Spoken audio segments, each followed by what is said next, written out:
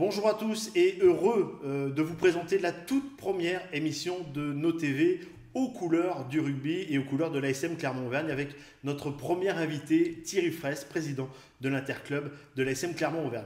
Thierry, bonjour. Bonjour Jérôme. Heureux de vous retrouver pour cette toute première. Donc vous devenez automatiquement le parrain des émissions sport de nos TV. Merci d'avoir accepté l'invitation. Quelques jours après le début de saison de l'ASM, un début de saison qu'on a attendu toutes et tous, plus de 100 jours sans rugby en Auvergne et à Clermont-Ferrand pour le top 14, c'était long. Oui, bah c'était très long même. Je dirais même qu'on était un petit peu en manque, parce que 4 mois, enfin moi depuis ma vie de supporter, on va dire, ça fait très très longtemps que je n'avais pas connu une trêve aussi longue. Et oui, ne se qualifions pas pour les barrages, ni la demi-finale, ni la finale. La saison s'est arrêtée de bonne heure. Alors peut-être ça a fait du bien aux joueurs, je le pense. Aux supporters aussi. Aux supporters. Supporters aussi, parce que bon, c'est vrai que ça faisait une coupure qui était un peu longue, mais bon, d'autant plus, on était content de revenir retrouver ce Michelin qu'on aime tant. Donc franchement, le samedi dernier, on était content de revoir le stade. Et je pense que les joueurs étaient aussi contents que nous, parce qu'eux aussi, apparemment, la trêve était un peu longue pour eux. Était un peu longue et ils avaient envie d'en découdre sur le stade Marcel Michelin. Alors, avant de vous retrouver la semaine prochaine pour une émission qui... vous allez débuter également une série de portraits de clubs de supporters. Dans la prochaine émission, on présentera l'interclub. Mais j'avais envie de vous avoir pour qu'on parle un petit peu de cette saison, la préparation de cette saison. Je sais qu'il y a eu pas mal de réunions. La première, la grande nouveauté, aurais-je envie de dire, depuis 10 ans maintenant, pas de Champions Cup, la Challenge Cup. Alors, comment va se passer les déplacements? Bon, on est toujours sur des déplacements à l'étranger. C'est vrai qu'on pouvait imaginer qu'il y aurait un petit peu moins d'engouement pour la Challenge Cup, mais bon, le tirage au sort a fait qu'on avait une poule quand même qui était intéressante, parce que bon, on retrouve Northampton. Northampton, il faut se rappeler qu'on y a perdu l'année dernière là-bas. Newport, c'est des Gallois, donc. Et puis il y avait une nouveauté, c'est Timisoara, la Roumanie. Alors là, c'est quelque chose qu'on n'a jamais connu et qu'on reconnaîtra peut-être jamais. Enfin, j'espère du moins, ça voudrait dire qu'on fasse plus cette Challenge Cup. Donc voilà, c'est vrai qu'on s'est posé un peu des questions, mais bon, on a vu qu'il y avait pas mal de gens qui étaient intéressés par ce déplacement à Timisoara. Donc voilà, on a opté pour l'organiser nous aussi. Et a priori, j'ai vu avec le club aussi qui va l'organiser aussi pour les partenaires. Donc voilà, c'est un dépaysement total cette année, voilà, au lieu d'aller... On en parle, on l'a vu sur les réseaux sociaux, les groupes de supporters ont, j'ai envie de dire, coché cette date. Je sais pas, c'est l'exotisme, on va dire, dans le rugby. La Roumanie, on ne connaît pas trop. Donc voilà, c'était l'occasion. Voilà. Et puis, je pense qu'il y aura un bel engouement. Surtout que cette année, si tout se goupille bien, parce que là aussi c'est un petit peu compliqué quand on va arriver, on l'espère, quart finale et demi-finale, en Challenge Cup, si je ne dis pas de bêtises, il y a la possibilité de recevoir la demi-finale. Si on a une équipe qui est bien classée, qui s'est qualifiée. Et un stade qui peut l'accepter. Donc alors c'est pour ça c'est un des objectifs du club. Déjà, on sait que... Puis bon, il ne faut pas oublier que derrière, il y a des mannes financières. Derrière, donc c'est vrai que le fait de ne pas s'être qualifié en grosse Coupe d'Europe, on perdait un petit peu d'argent, qu'on a les moyens de retrouver, justement, si on se qualifie dans cette créer une histoire finale, autour de la Challenge Cup. Puis ça devient un objectif. Autant l'année dernière, on avait l'objectif de la grosse Coupe d'Europe, il n'y a pas de raison que cette année, on n'ait pas l'objectif de la petite. Voilà. Donc la Roumanie va découvrir la Yellow Army. Eh bien oui, tout à fait, oui, parce que on espère amener pas mal de monde. On est sur déjà un avion sûr et pourquoi pas deux. On est en train d'envisager les deux options, peut-être avec deux avions. Voilà. Quand on se déplace comme ça dans des pays, j'allais dire inconnus dans le rugby, l'interclub va prendre contact avec les supporters, avec les... Pour le moment, on n'en est pas encore arrivé là, mais bien sûr qu'on le fera parce qu'on le faisait d'habitude dans les pays anglo-saxons, donc il n'y a pas de raison.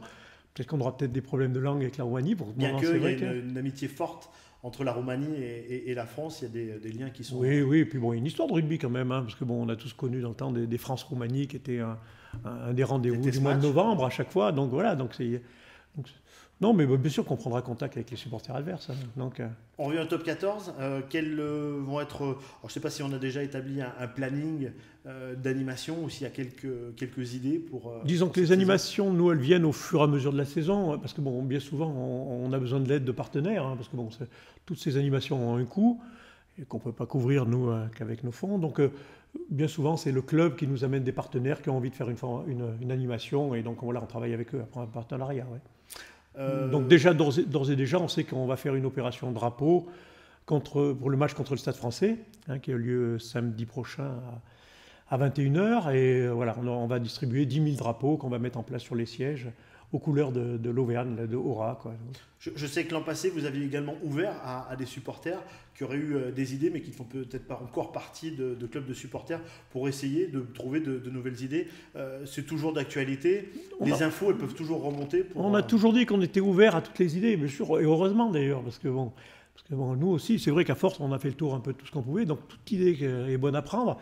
Et les gens qui font partie d'un club de supporters font remonter les idées via leur club, qui les fait remonter en réunion du CA d'Interclub. Tous les clubs sont représentés en réunion d'Interclub, on a une réunion tous les mois.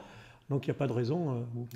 Chacun peut donner des idées, on est preneur. Voilà, pas de problème. On les classiques. Il y a eu un ou deux tifos qui avaient été mis en place, des drapeaux. Oui, il y a de nouveaux, on en reparlera à l'occasion de la prochaine émission.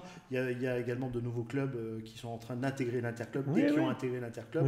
Donc ça bouge. Et on essaye de le faire que ça vive le plus possible. Mais bon, voilà, c'est vrai qu'au bout d'un moment, il y a un certain ronronnement qui se met en route. Et justement, on va lutter contre ce ronronnement en amenant du sang neuf et des nouvelles idées.